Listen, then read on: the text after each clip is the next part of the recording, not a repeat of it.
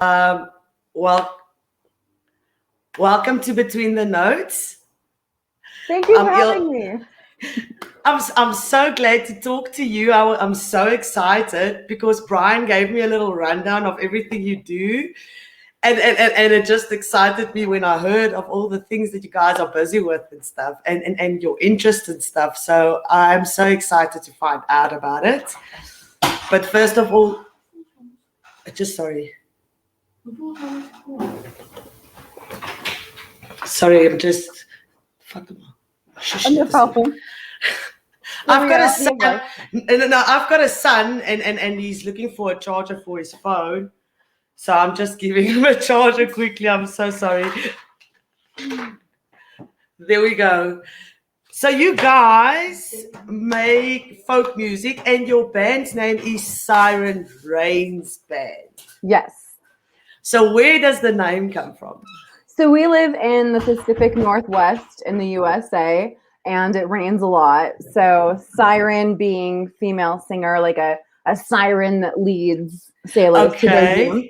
And then rain because it rains here a lot. And a lot of our, we want to be kind of like a local feel in terms of like the lyrics with the mythology and that type of thing. And from like a climate or topographical aspect, the music is really layered, and we live in a really layered climate. Like we've got the mountain and we have the rainforest and there's the desert. So it's kind of, and our music is very tumultuous. So we wanted to kind of capture that with the title and how we structure our music.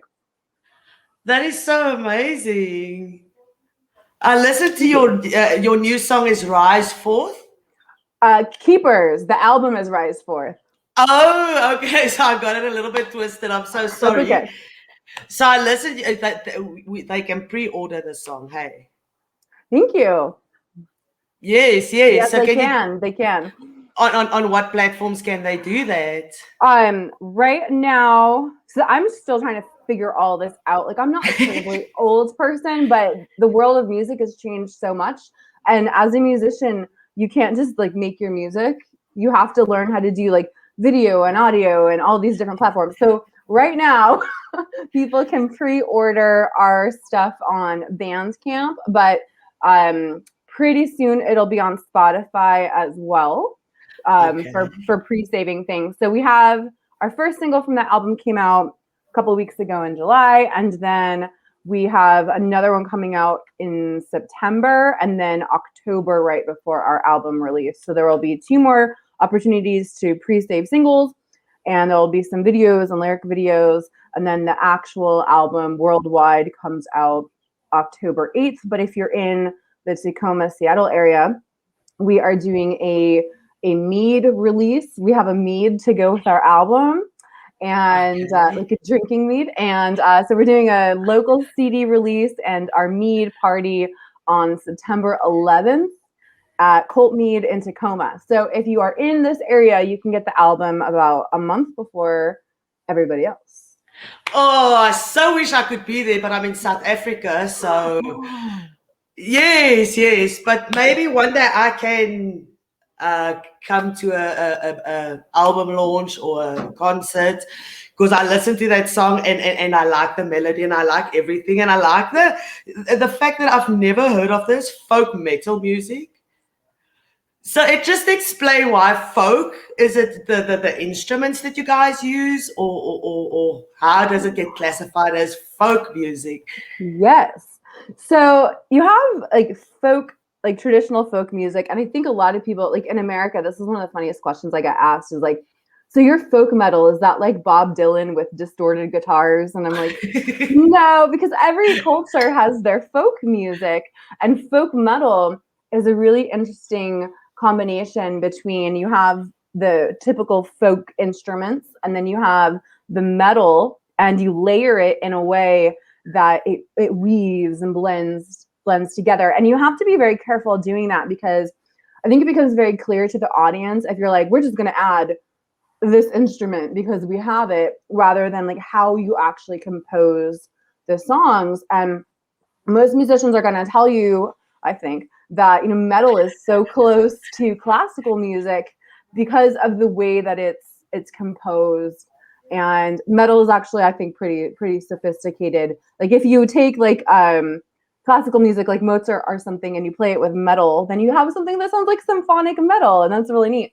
So we've had a couple different lineups with the band, and we've had different instruments on all of our EPs. So on the first one, we had 2 people that played the violins. So we had dueling violins, the hurdy-gurdy, a mandolin, and harp. I have no idea what a hurdy-gurdy is, so you have to explain to me, please. Oh, yes. So the hurdy-gurdy, and I go like this because it's shaped like a bellows, and it's got keys and strings, and then you crank it. It's a medieval instrument, and a lot of different cultures have them.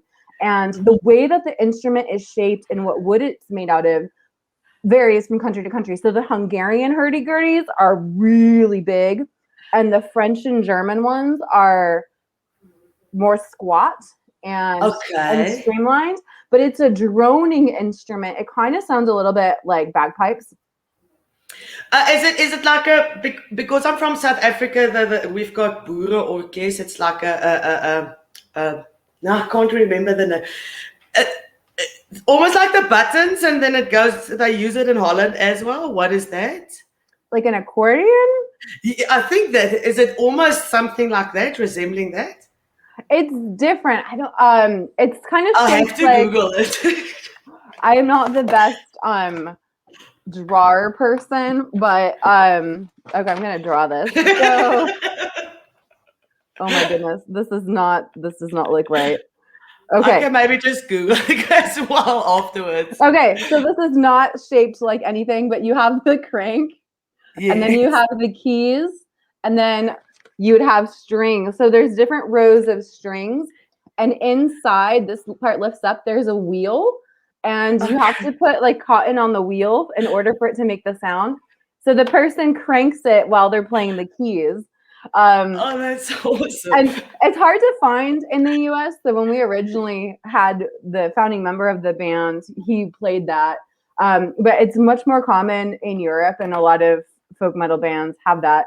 On the second album, we had a flute and violins and hurdy-gurdy. And on this album, because our lineup changed, we went back to mandolin and harp, but what we added was a lot of tribal drums, like the frame drums, and we do a lot of group vocals. So the sound kind of, every album we evolve depending on who's in the band and which folk instruments we have, but we have that really solid metal aspect. We have 2 guitarists. Oh, and we also have nickel harpa. I forgot. So the nickel harpa is a Swedish instrument. So our guitar. So what ended up happening was, like, when you're in a big band, the lineup changes. So we had lockdown and we had all of that. So we're like, how do we keep the core members of the band but not lose the folk aspect? So we're like, we're gonna learn folk instruments. So Mike plays guitar and mandolin.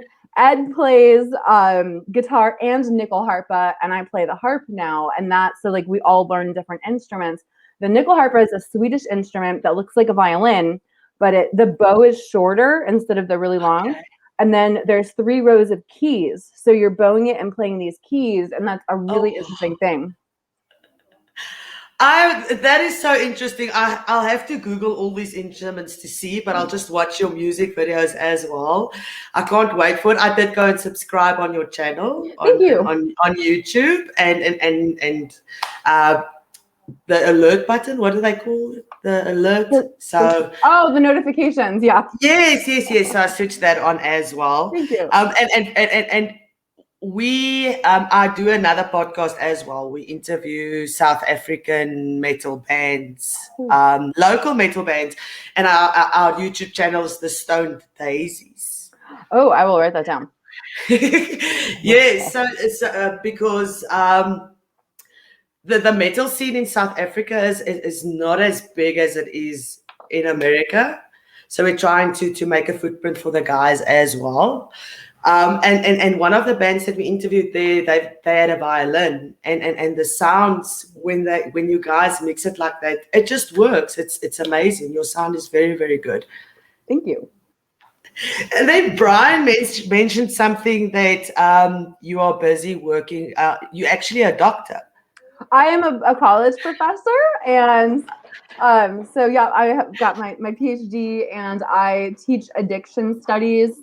And I'm starting 'cause never enough school. I'm starting I'm in a master's degree program to be a therapist as well. But I was a drug and alcohol counselor for a really long time. But my research is about yoga in prison, but I teach classes on addiction, and that's a lot of fun. I love my students, and teaching is fun because I think like I'm just a group person, because like in a band you're in a group, and then you've got your audience, and then in school you are like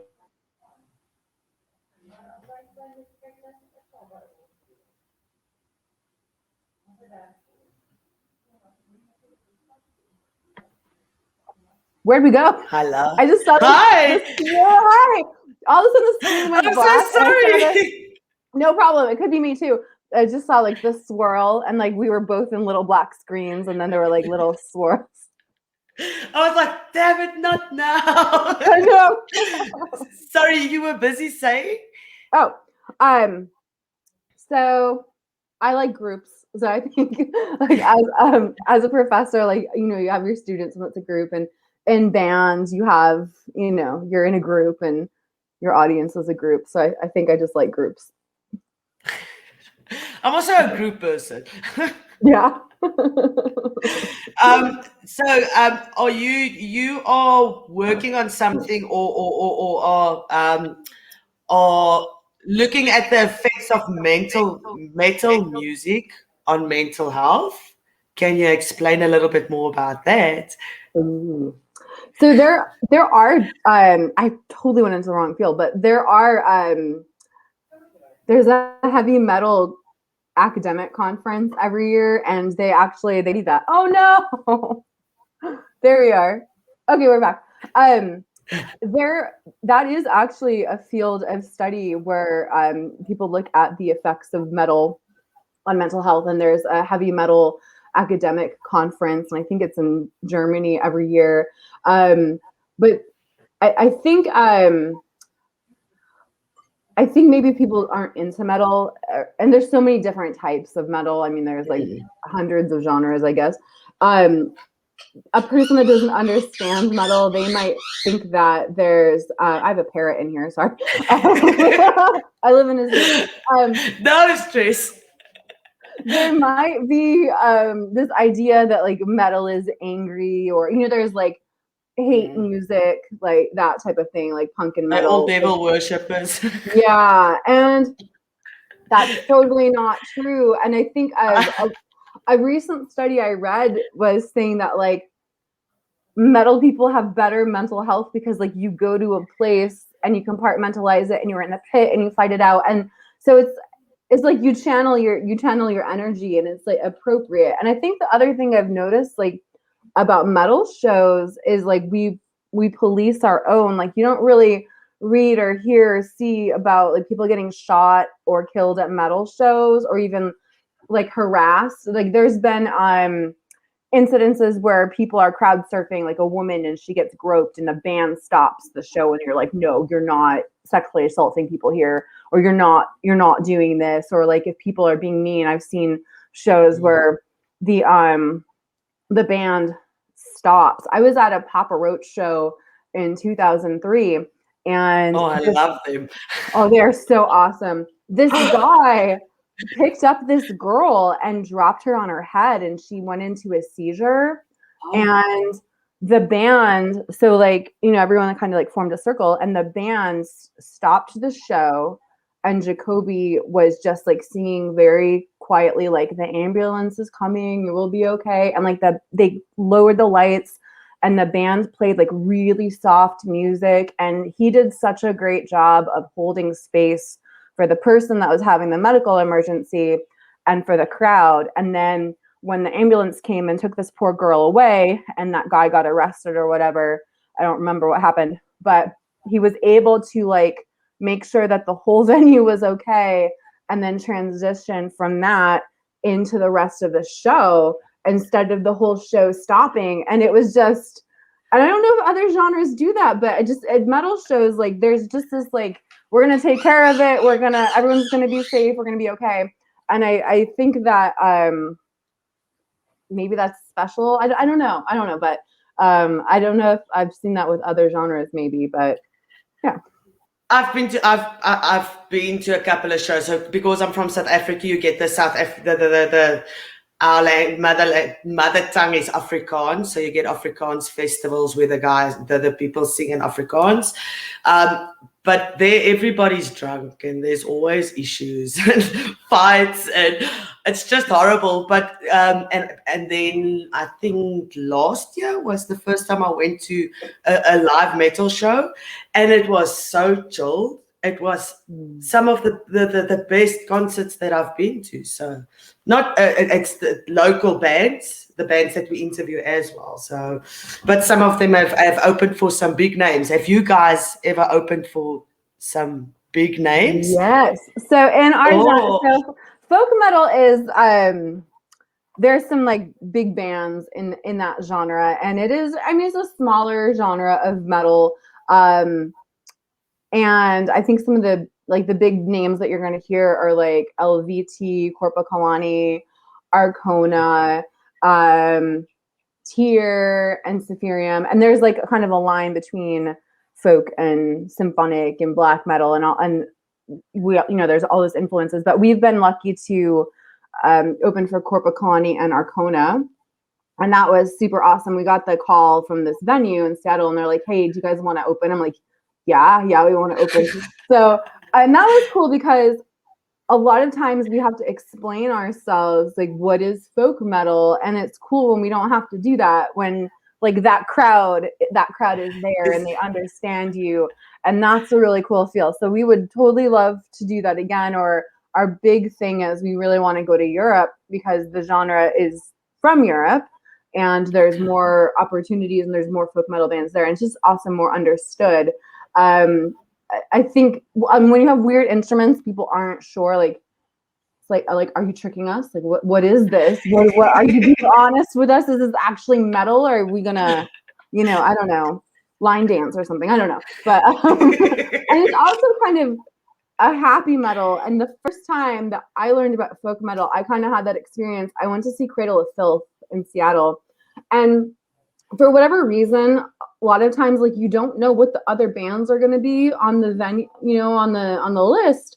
So I'm like, oh yeah, we're going to see Cradle of Filth. So I was thinking like black metal bands. And I walk into this venue and there is this group of musicians and they're wearing like leather armor and they have face paint. And there's this woman playing the accordion. And I'm so confused. I'm like, what is this? This is metal, but there's an accordion. And it was Teresa. It was Teresa, and they're a really big folk metal band. And from that moment, I was hooked. I'm like, this is so interesting. I like this. So yeah.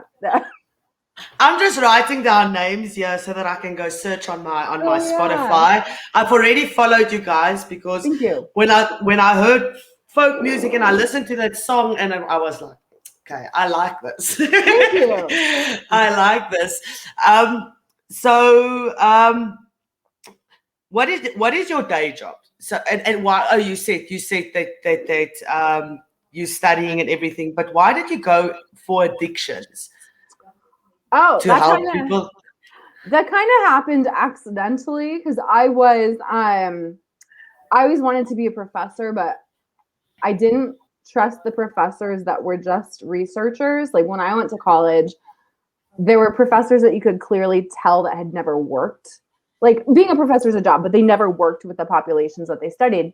And their classes weren't as good.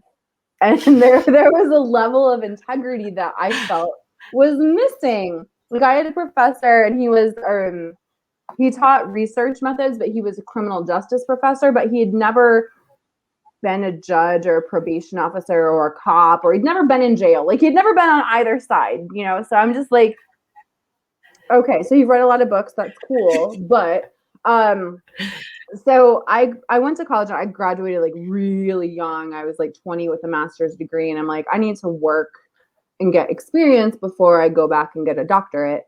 And I ended up working because no one trusts you when you're young, you know, like they don't. they don't.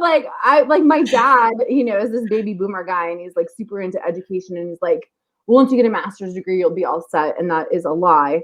So I was 20 with a master's degree and nobody trusted me at all. So I started working, and I was working at a housing agency to help people that were experiencing homelessness. And they were working with drug court, and they wanted the case manager working with drug court to take the addictions classes.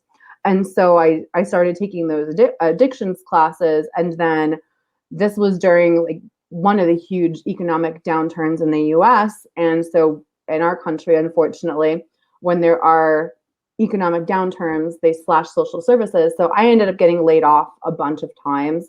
And the jobs that I could get were substance jobs. So I started working as a drug and alcohol counselor. And I don't have, and this is kind of the debate too, like I don't have a personal recovery story, but as a musician, you're around drugs and alcohol a lot more than maybe you want to be, and it affects people. And it's a total fallacy. Like you don't need to have been and experienced a personal addiction in order to be a good counselor. You don't need not to. If you're compassionate, not if you're compassionate, exactly. And it's your calling. Yeah. So I started doing that, and then I went while I was working. I started my PhD, and I was really I was teaching yoga and volunteering at a women's prison teaching yoga, and I did that for 9 years, and that is the subject of my dissertation. And like 60 to 80% of people in prison have mental health and substance use concerns. So I was really interesting to see how yoga affected people's mental health and that type of thing. And so then that's how I got into it, but it was kind of an accident, but I was good at it. And because of how I look, a lot of people assume that I've experienced addiction. Yes. And I don't correct people. I'm like, if that makes you feel comfortable, that's, you know, if you think that tattoos means that I've tried drugs, I don't know why that, like, those things don't go together for me. I don't know, but it goes together for a lot of people. So if someone assumes that I've had that background because of how I look and it makes them feel comfortable, then I'm not going to necessarily correct them unless I have to. I think it's not, I don't think you need that kind of experience because you've got experience with addicts. So that is your experience and how you help people. You directly see what drugs do to people. And I think, there isn't anyone that doesn't have that experience, like that haven't seen a loved one or a friend or a coworker or go through that. And there is a type of selfishness or self-indulgence that kind of goes with addiction. And when you don't necessarily have that yourself and your heart is breaking because you see the other side of that and it hurts you, you know, I think that lends to compassion. And I've seen really great counselors that don't have their own personal addiction stories, really wonderful, ethical, competent counselors. And then I've seen really horrible counselors that do have their own addiction story, and they're counseling from a place of like, this is what I did, you should do this too. And that's not ethical, because you need to do what's best for your client. And maybe like a 12-step in religious stuff was your way, but this person's an atheist, you know, so like you really have to have a wide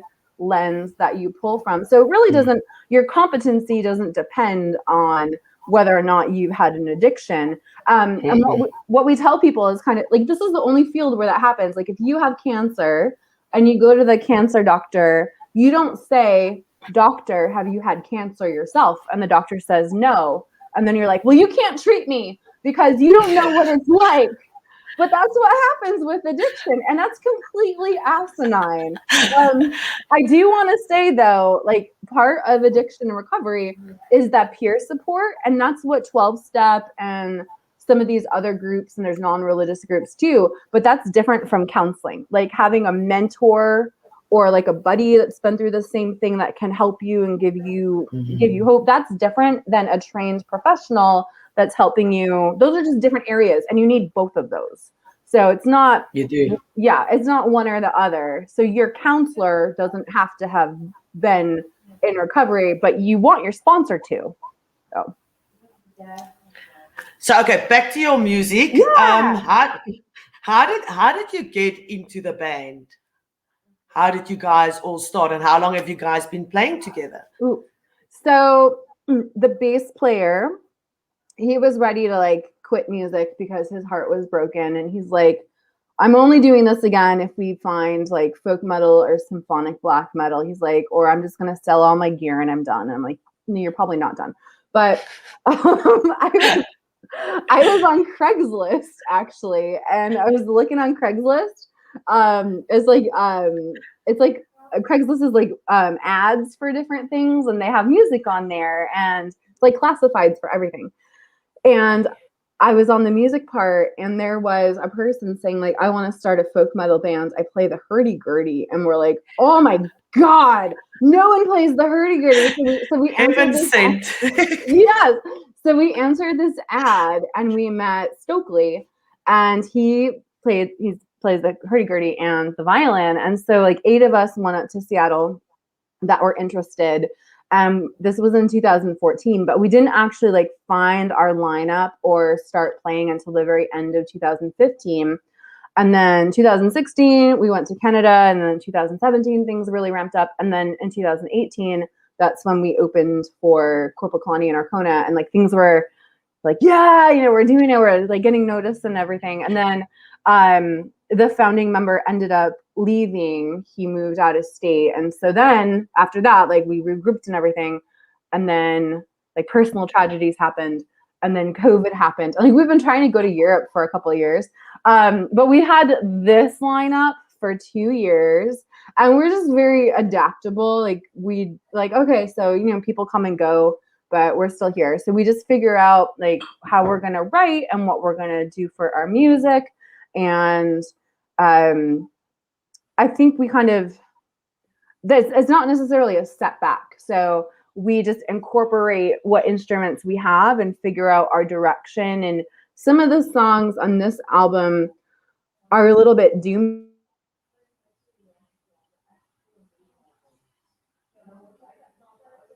Three or 4 years ago. And then some of the songs were written this past year. And it took a really long time to finish the album because we had lockdowns, and then we had, people had to quarantine a couple of times. And so it was an interrupted album process with this particular album. And we haven't played a show, in a year and a half. We will be playing a couple shows in September. Oh, nice. I'm so glad. Me too. But we're still in an unknown state of the world because the numbers are going up. But in the US, it's not being handled very well. So we're kind of like, we're seeing the news and we're seeing the cases, but they want everything to be opened up, but it's still the same as it was before. So everyone's really confused. And so it's just like the train is not going. Like a lot of concerts, like big concerts, they were booked and now they're being canceled again. So no one really knows what's going to happen in terms of, are we, can we start to look? Not. Yeah. Yes. So in the meantime, we're going to write and we're going to play shows when we can, as long as it's safe to do so. They're starting in South Africa now. They also started to open up a little bit because we've got spring now on the 1st of September. So we're hoping that the guys can also get some shows, because during the COVID, the musicians or artists and those people suffered the most, or not the most, but it was one of the groups that suffered a lot because all entertainment was cut. What did you do to stay sane and to just not freak out? Or did you freak out? How did you handle this COVID? Oh, that's a good question. So I learned the harp. I started to take harp lessons like a month before lockdown happened. And so then we did them online. And then I was one of those people that learned how to bake bread. Like I did this, I did the whole sourdough thing, and I'm still doing that. But I will have to say, like, I didn't mind lockdown because I do teach online and I work from home a lot of the times, and I like that. But it was quiet. Like, the roads were quiet, people were quiet, and like people would, walk by the house and people would walk their dogs, and there was just like this quietness that I feel like the world lacks. And now there's traffic and people are doing everything again, but I appreciated the quiet. Don't you miss that social interaction, the hugging and all that? I mean, that we're not allowed to do. Don't you miss it? I miss my parents a lot too, because I live 3,000 miles from them and they live in different states on the other side of the country. Okay. So like, I finally saw my mom in May. I hadn't seen her in 2 years, and I would Zoom with my dad. I haven't seen him in a couple of years either now. And I guess I didn't realize I missed that until I was able to do that again, because I was just like, okay. And then as soon as I saw people, I was like, oh yeah, I missed that. But yeah. I was lying to myself. That I was okay with it. We all lied to ourselves. Like, for the first 2 weeks, I'm okay. And after that, it's like, okay, this is taking too long. 14 days staying and you can't go out and everybody's scared and uncertain. I mean, I think that shook a lot of people to the core. Who writes your material? Do you guys, is it a group effort, or how does your creative process go?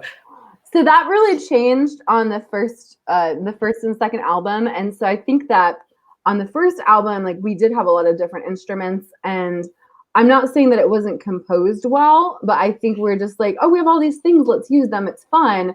And the writing process was a little bit longer and a little bit of a cluster, because we had like 8 of us all writing at once, and that was too much, like 8 people at once. And so then in the second album, what we did is the guitar players and I and the bass player, so without folk and without drums, because sometimes it is easier to write without drums, so you can hear yourself just in the beginning and then bring the drummer in. Okay. So then we like sketched out the songs, and we were very deliberate about that. And then that carried over into this album as well. And there's fewer of us, but we still have the same number of instruments. So it was more about like, where are we placing things? What instrument are we writing around? So I do all the lyrics, and then we all write our own parts. But we're all very influenced by different members of the band. So like, the bass cues off of the vocals and all that type of thing. So we have kind of a process where not just one person writes. And I know a lot of bands do that, where like one person will write and do everything on the computer, but we're old school, so we don't really, I guess we could do that, but we like that collaboration. Like, you're in a room with someone for a couple hours, and you get a riff and you're like, oh, what about this? So we jam things out and then write it out on the board and figure it out. So it's not just one person. And our drums are live recorded. Everything's live recorded in the studio. It's not programmed on the computer. That is so amazing. Thank you. So what's his name? Brian mentioned something about medicinal cannabis. Are you into that kind of thing? Yes. So Washington State was one of the first places in the country where they had recreational and medicinal cannabis, and so it was easier to get. And then we had like, it was really interesting because you had like the medical stuff, and then you had the rec stuff, and medical was there first. So how do you reconcile that? And from like a research perspective, or like looking at opiate addiction and addiction in general, I just want to say, like, you can be addicted to anything, right? You can be addicted to exercise. People get addicted to tanning beds. So you can really be addicted to anything. Coffee, absolutely. But guilty. Well, there's some things that are worse than others. At least it's not meth. Oh my gosh. No, so well, that's my point, right? Like there's things that if you become addicted to it, everybody kind of knows pretty quickly. But in terms of cannabis, and the research shows and the numbers show that in states where medical and recreational cannabis is allowed, there are less DUIs and there are driving under influence, and there's less opiate addiction, and the courts are recognizing that as well. And when you're looking in terms of harms, like in research and drug research, you're looking at not only the harm to the user, like what are the harms of this particular drug, like meth or heroin or cannabis, but you're also looking at harms to society, like how many people get into accidents on this drug, what crimes are committed on this drug, are there assaults, property crimes, all of that. And they calculate that in terms of money. Like how much does this drug cost the economy in terms of hospital visits and ER and lost wages and all of that. And it's pretty clear that cannabis is not as harmful as a lot of the other drugs. And legality does not equate safety. And the public enemy number one is really alcohol. Like in terms, I agree with that. Yeah, in terms of deaths, and I do want to say though that in the U.S. though, fentanyl has really replaced heroin. And last year we had the highest overdose. We had 91,000 overdose deaths in the country. 75% of those were opiate related. Now, not opiate related just by themselves, but a lot of those were combination with alcohol and benzos and antidepressants. When you combine all those things, it's really easy to overdose because they suppress your respiratory system. But outside of last year, if you look at alcohol deaths and alcohol related deaths, usually they killed 96 to 120,000 Americans a year. But if you look at cigarettes, tobacco related deaths are about 500,000 people in the US a year. So you've got like 500,000 for cigarettes, and then you have like 120,000 for alcohol, and then you have like 67,000 opiates. So that's still a lot. Yes. And then you look at marijuana deaths, and that's not, someone might have marijuana in their system, but they might have, other drugs in there too. Yes, so yes. If you're looking at harms, some drugs are much more harmful than others. And one of the issues with cannabis is that in the US it's a Schedule I drug, which means that it's difficult to get research funding for that to prove that it is or isn't in either way. So with more states legalizing rec and medical, there's more research funds available, and you can do the research. So we're seeing that. So yes, definitely pro medical, pro rec. When we make things illegal and we create prohibitions, what we are doing is actually driving behaviors to become more dangerous. And there was a time in the US when everything was legal, and that was before 1914. And during that time, we didn't have addiction the way that it looks like today. People were addicted, but they were functional. Like they had jobs and they had families and they were relatively happy. But you could go to the pharmacy and get heroin for 5 cents, but it wasn't tainted. Like a lot of researchers are going to say what the danger in the drugs are not necessarily the drug itself, but all the crap that you put in it. Like they put cat dewormer and fentanyl and cocaine and all of this stuff. But when you have the pure pharmaceutical that's regulated and it doesn't have all this stuff because it's changed hands so many times. Like they'll grow the poppies in Mexico or Afghanistan, and then they put it into blocks and they synthesize it and they put all the stuff. And so it might have changed so many hands by the time you get it from your. And everybody adds a little bit of something. Yes. So you have no idea what's in it. Whereas if you go to a pharmacy or a store where it has to be regulated, You're not going to overdose on fentanyl accidentally because you didn't know that it was in there. So by making things illegal, we actually make things a lot more dangerous, because if you take away the supply, the people that are addicted aren't magically disappearing. They're still there. So it's so naive. Yeah, they're still there. So they still need something. They need to be addressed. So I've actually seen drug counselors say, like, okay, well, if you're doing meth or heroin, you want to get off, can you substitute that with marijuana and like Suboxone and get unmedicated assisted treatment? And courts are actually looking at that too in terms of harmfulness. Someone that's maybe they legitimately are in pain, and we can't ignore people's pain. You know, physical pain is physical pain. So can you use cannabis instead of that in a functional way? And when we look at things like methadone or Suboxone or Vivitrol, when people are on heroin or opiates and they're living a life of crime, the reason for that is because the supply is not constant. Like, you might spend your whole day trying to find your dealer, driving 4 hours over here, using it, you know, like pawning something to get money. Whereas if you can go to the clinic and take a pill every day, or you have a pharmaceutical every day, and then cannabis, then you have time to have a job. You have time to engage with life, because the crime starts when the supply is cut off, not when you have the supply. So there's an interesting, complicated relationship with all of this. I'm sorry, I've been talking forever because it's so fascinating.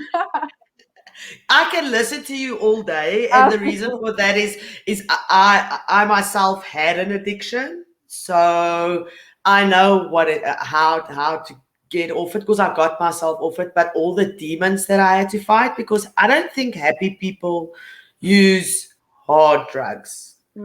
Or drink alcohol. I think when people use that kind of substances, it's because they want to numb something in themselves and the mental health. And that's where the cannabis helps. I'm so glad you said that, and I have it right here. There's this amazing book called Chasing the Scream, and it was written by a British journalist named Johann Hari. And this book is about prohibition of drugs in the U.S. and it talks about that the opposite of addiction is connection. And so when you're feeling connected and part of community, that's very different. So there was a study in the 1950s, and this is kind of where we got our impression of addiction. So when they were looking at drugs, they were studying rats, and they would put rats into cages, and they would put like cocaine and heroin in the water, and they would study the rat's behavior. They had like a little bar so the rat could like, on demand, like get their heroin water or their cocaine water. And what they found was that these rats would overdose themselves to death. And this is where the idea that drugs are super addictive came in. But so the idea was like, drugs are so addictive that they have chemical hooks, so that if you try a drug for the first time, no matter what, you will be addicted. But that is not true. People try stuff all the time. 90% of people that use drugs are not addicted to them. But the reason that they got that perspective was because the rats were lonely. Rats don't live by themselves. Rats are really like humans. They live in colonies and they have families and, you know, all that type of thing. So they did another study called Rat Park. And in the study, they built a colony for rats, and they had wheels, and they had, you know, rats, and rats could have sex with each other and have fun and all this stuff, but they still had the drugs. And what they found is that the rats did not overdose themselves. The happy rats in their community would recreationally get high, but they would not kill themselves. That is so interesting. And this book talks about that. So the opposite of addiction is connection. And it's exactly what you said. Like, if someone is feeling fulfilled and they feel connected and they're doing well, the intention changes. So intention is a big part of drug use. I know a lot of people that use cocaine once a year. on New Year's Eve. Like they'll use it once a year. They'll, like they'll get a hotel, they'll have someone take care of their kids, they'll go to Vegas or whatever, and they're not addicted. It's the intention is different. But when you start to use drugs or alcohol because of unhappiness or to cope with a pain or to cope with a trauma, then that is different. So when we're doing assessments on people and we're looking like, what was the first time you tried drugs and alcohol? And then when did it change for you? Because most of the time people don't get addicted on the first try. Most of the time, sometimes it happens, but that intention is there. And then there are a lot of people that after recovery and they're doing well, they can use recreationally again. Like they can have a couple drinks here and there, or they can use marijuana and be functional. They just won't touch the hard stuff. And then there's people that they should never drink again because really bad things happen when they do. But it really is different for everyone. But I'm so glad that you brought that point up because it's a lot about the intention and how people and where you are at your life at that time. Awesome. What is one of your favorite non-metal artists at the moment that you're listening to? Oh, so I've always loved Breaking Benjamin just because. Oh, me too. I love him. There's like something angsty and the way his voice. Oh, he's dreamy. Oh yes, he's so. Yes. And he's really interesting. He's had addictions and he actually has had brain damage from the amount of alcohol that he drank. And he's been very public about he's been I did not know that. Yeah. It's called wet brain syndrome, like and he almost drank himself to death, but he's been sober for years. And I would say like the music doesn't suffer when someone gets sober. Like that's such bullshit. Like no, if you're no, it doesn't. His music is amazing. Their music is amazing, and I like that you say that he's open about his addiction, and that I think people should. I know it's difficult to say, but once people come out and say, "Listen, this is what the issue was. This is what my problem is," they never know because they've got such a big reach how many people they actually help. Mm-hmm. Absolutely. And I don't know about like the media in South Africa, but there's been so much depression and problems because of COVID and lockdown and people being disconnected that like the commercials now are like, have you talked to your therapist? Like, did you check on your friend? Is your friend okay? And so now it's very like, I remember, like there was a time where people were like, oh, you're in therapy. Like, don't talk about therapy. But that's not the case. I'm like, oh, but it's not the case anymore. It's like, and you're like, oh, guess what my therapist said. But this, I think it's important that people are talking about mental health and like very, very openly because it's something we should have been doing the whole time. We should have. People should know that all humans have emotions, even men. And everybody's got a story and that makes their life turn around or a dark story or whatever. So Brian mentioned that you've got Lyme's disease. I'm not familiar with that. What is that? Sorry if I may ask. Oh, absolutely. It's a pain in the ass is what it is. So Lyme disease is, there's a couple different ways you can get it, but usually it's transmitted by a tick, but mosquitoes can carry it too. Okay. And it's kind of controversial because it may or may not have been spread by the government in terms of being a bioweapon, but like with experiments. But Lyme disease, it's a very old disease too. It's been around for millions of years. And there was I'm not going to remember the name, but there was a mummified person that they found like from a long time ago. And he had all these really interesting tattoos. And at first they thought that the tattoos were decorative. But then they realized that this poor traveler who froze, had Lyme disease, and the tattoos were actually acupuncture points. They were medicinal tattoos to help him with his pain because Lyme disease affects the joints. And it's like you can get all these nasty little diseases from a little bug, and it can completely just derail your life. And it affects all of your different systems. Like Okay. people can have heart problems. It can cause like your brain just to like brain fog, and people can be bedridden because the fatigue is so bad. And it just really affects like your day to day. Like one day you can be like, yeah, I'm good, and lifting weights or whatever, and the next day you might be in bed for 2 weeks. And there's over 350 different symptoms. There's skin symptoms. Sometimes I have to walk with a cane. Sometimes people are in wheelchairs, and it mimics a lot of other diseases. So it's really hard to diagnose because it can look like thyroid or MS or lupus and all these other things. And they don't often test for it. And the test is only 50% accurate. So there are a lot of people that have it, but they don't know it. And it's really expensive to treat because in the US, oh, we're so messed up.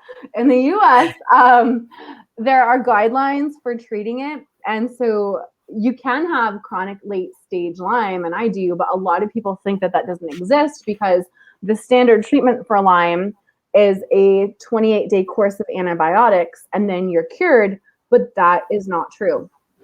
And they there was a study, this woman died a couple of years ago. I think the study was from 2019. She was only 53 years old and she had Lyme disease, and they were treating her with antibiotics for 16 years, and she donated her body to science.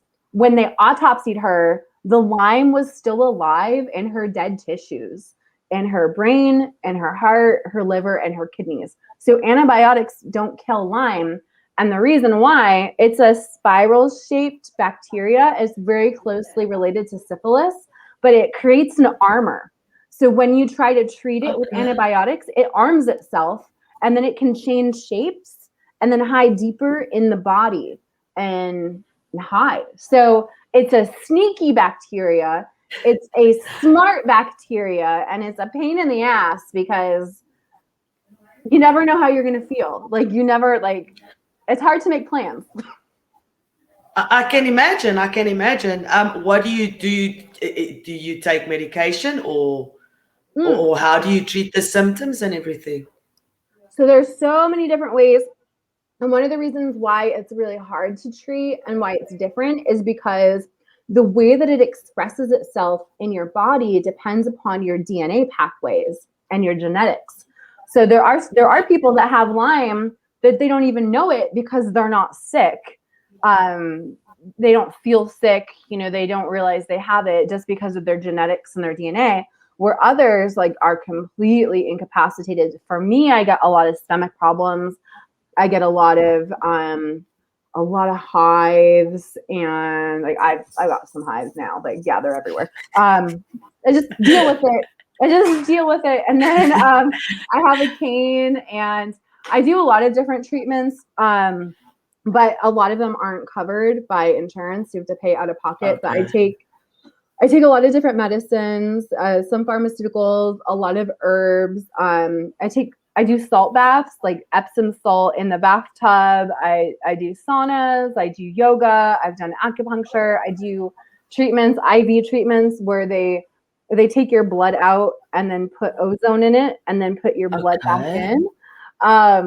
So there's so many different things, and it's fresh. It's pain. It's I can just imagine. Where do you guys see? Where do you want to maybe take the album? What are you guys expecting from the album for the next year and extra new songs and that? Yes. So our first two EPs, there's so many different ways to be in a band. There's so many different, you can have goals of being international, or you can just want to play at your local bar. And there's no wrong way to be in a band. But the first couple EPs, we didn't know about PR. So we didn't get pro PR. And so for this album, we have a PR company that specializes with metal, C Squared DWAR PR, and they're from Canada, and they work with some pretty awesome people. So we did. So we're seeing how PR will go. Another thing that we're trying to do is get with the program and the times, like with TikTok and YouTube. And like we're all a little bit older. We're like 30s to 50s. And that's not terribly old or whatever, but there's tech and it changes all the time. So we're trying to be consistent, and we will be posting to our YouTube regularly and figuring out content and all of that. But we're going to get our online program together, and we're learning video editing, and we're learning all of that type of thing. Because like I said earlier, it's not just writing your music and playing for people. It's like you have to be your marketer and you have to do all this stuff. So ideally we, with the attention from this album, we would like to attract more attention, and we would love to go to Europe at some point. It's really our goal, to tour Europe and to play some bigger festivals. And just, I think one of our goals with this album is to have people know who we are and increase our listeners and be like, yeah, hi, we're over here. We've been here for a little bit, but now we know what we're doing. We had a practice run. Yeah, like we know how to play our instruments, but now we're getting with the internet. So hi, please listen to our music because we're cool. We exist. So I think that's important. That's important for us, because you can write amazing music, but if nobody hears it, what's the point, I guess? I mean, you get it out of your system, that's great, but like music's a participation sport, right? Exactly. That's a big group activity. It is. It's like, I want you to hear our music. I play the music. I make the music. Please listen to it. Yeah, because I can listen to it and I like it, but that's great. My mom likes it. My mom was the first person that pre-ordered our CD. Oh, that's so amazing. It's nice when you've got parents that support your dreams and everything. And she doesn't like metal. She's like, we spent all, and my aunt's like, they spent all this money getting you opera lessons and voice lessons, and you're screaming. Why are you screaming? I'm like, she's like, you have such a pretty soprano voice. Why are you screaming? I'm like, well, I love that. I just want to thank you so much for taking time out of your day and having a chat with me and opening up. I really appreciate it. I wish you all the luck in the world, and I agree with you on the networking and stuff. That's why we started the podcast as well, is to use the internet as a tool to create awareness for your music, because there's always people out there that will like your genre and will go with it. So I really hope you guys get all the exposure in Europe, and that you guys can tour. And I hope to see you live. Yeah. And I'll come and give you a hug if I ever do. Thank you. I love hugs. Well, thank you so much for having me. This is what we like. You're in South Africa and I'm in Tacoma. Like, this is so cool. Like, we get to hang out and talk to each other, and we wouldn't have met outside of music. And I think that this is the fucking point. Like, this is the point, right? I'm telling you. And then I'm gonna play your song to all my friends that I know in the metal industry. Yeah, see if we can get you some more followers and everything, because we always share music. And I'm definitely going to put it on our playlist, because I've got a playlist that I'm creating. So if anybody wants to go and like it, they can. It's the Stone Daisy playlist. We'll put you there, see if we can't get you some more exposure. Thank you so much. Thank you so much for your time. I really, really appreciate it. You were wonderful. Thank you. Well, maybe this was so much fun, and you're super rad. So oh my God, I heard a noise. Like, is the dog eating the chicken? No, it's not. It's okay. We're good. Thank you so much for having me. This made my day. Thank you so much. And I'll definitely chat to you. I'll send you a DM on Instagram. Yeah. And so on, and then we can connect. Yes, definitely. Thank you so much. You must have a wonderful day further. Bye. Bye.